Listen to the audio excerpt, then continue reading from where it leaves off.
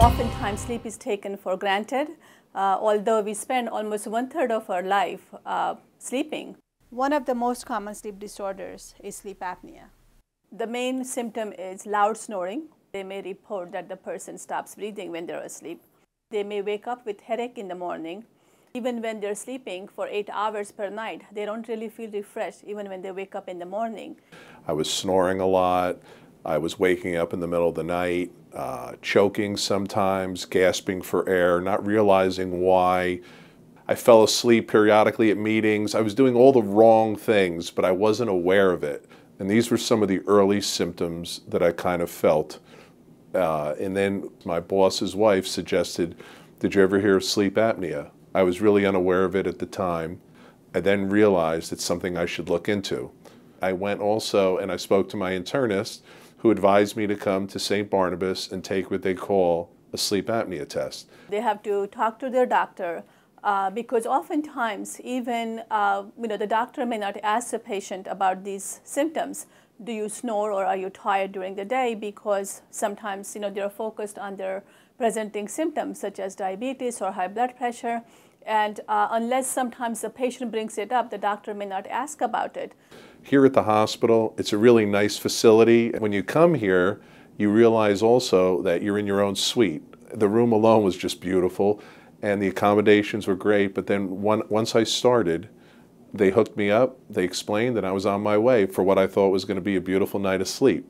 About 2-3 hours into the sleep, the clinician came in and woke me up. I then found out I was approximately waking up 97 times an hour. When they're not getting enough oxygen, their brain is sensitive enough, and there may be like a very brief interruption in the sleep pattern without even the person being aware of it.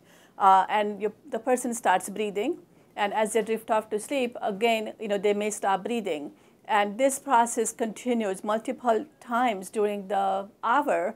The way we categorize sleep apnea is if somebody is not breathing right pretty much more than 5 times per hour, it is a medical condition. Then they need to use something called CPAP, which is a machine that compresses regular room air in the room.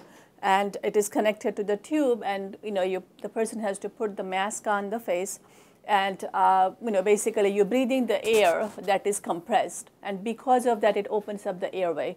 Then they began to show me the different masks. I tried it. I then went down to about 48 times an hour the first time. I came back for a second test, and after taking the equipment and having been sized up for the CPAP machine that I have now, I was down to 3 times an hour, 2.5 to 3 times an hour, which is remarkable.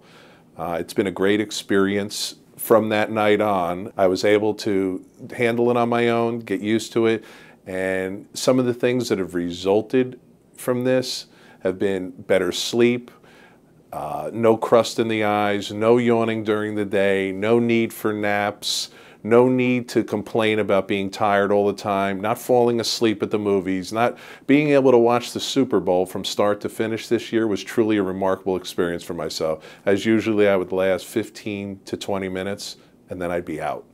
It's just an incredible experience.